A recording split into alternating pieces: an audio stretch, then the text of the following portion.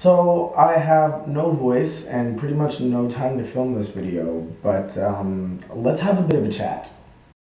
Now, I'm really not one to talk about politics, but I really do think that this is a worthwhile exception to that rule. The federal election in Canada is coming up in a couple days, and it is arguably a very important election for the country. But there are a lot of people that I've spoken to who say that they're not going to vote. And I've been given a multitude of reasons as to why they don't want to vote. For example, they don't know enough about it. Because the internet really isn't a good enough resource for you to obtain that information, right?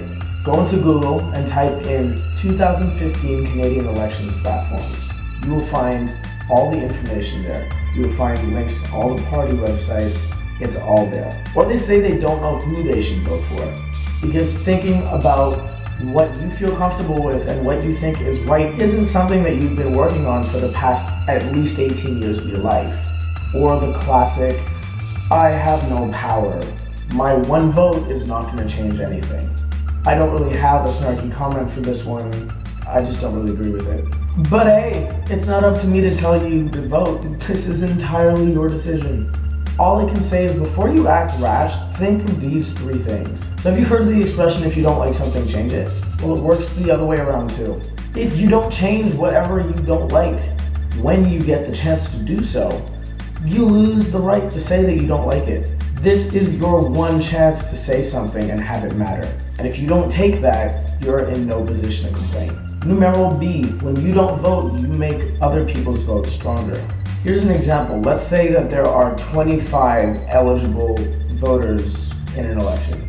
That means that each of their vote is worth 4%, 100 divided by 25, yada yada. If 5 of those electors decide to abstain, that means that there's now a 20% of the vote that gets transferred over to the other 20 electors. And their vote now becomes worth more than it originally was. So instead of a 4% vote, they now have a 5% vote.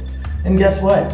If their vote isn't in favor of you and your situation, there is absolutely nothing you can do about it. Which brings me to my next point, and the most important one at that. When you don't vote, you let complete strangers decide your future. And not just your future, but the future of everyone else around you. So before you decide not to vote, realize that your decision does actually have an impact. That may not be a huge impact on the way the country's run. But if you ask me, it's a pretty big impact on your future and the future of the ones that you love. Do you really want to give that up?